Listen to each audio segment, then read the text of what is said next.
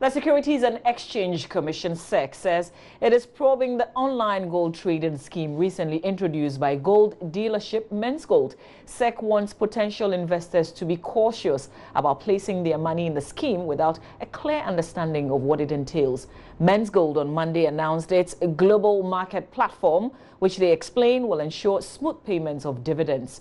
Addressing a news conference on Wednesday, Head of Legal and Enforcement at SEC, Kalis Ni Oman Badu, said investigations are already underway to understand the platform. From Menzgold on any pleading for leniency. And we've also heard of picked signals in the public on the issue about online business. We are monitoring. As long as it offends our legal or regulatory regime, we will come into play. I hope you understand. Yes, as long as that platform falls within the regulatory regime of the SEC would act. But for now, we have not received any official correspondence from them on pleading for leniency or the BOG coming down, lightly on them. When we receive those communications, they know what to do. They have lawyers. Their lawyers can advise them. If there's a case in court and you want to settle, there's a process within the court rules. And we are amenable. We want to develop the market. And we are not out.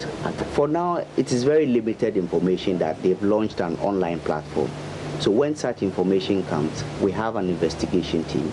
We will investigate if there's actually a platform like that. And then we'll look at the features of the platform. Once it falls within an activity that must be regulated within Act 929, the SEC will advise itself. And Ghanaians must know something. The SEC, if you go and do a business with a fund manager or an unlicensed market operator, and there are problems, it is very difficult for the regulator to fight that person on your behalf because you would have had a contractual relationship with that person.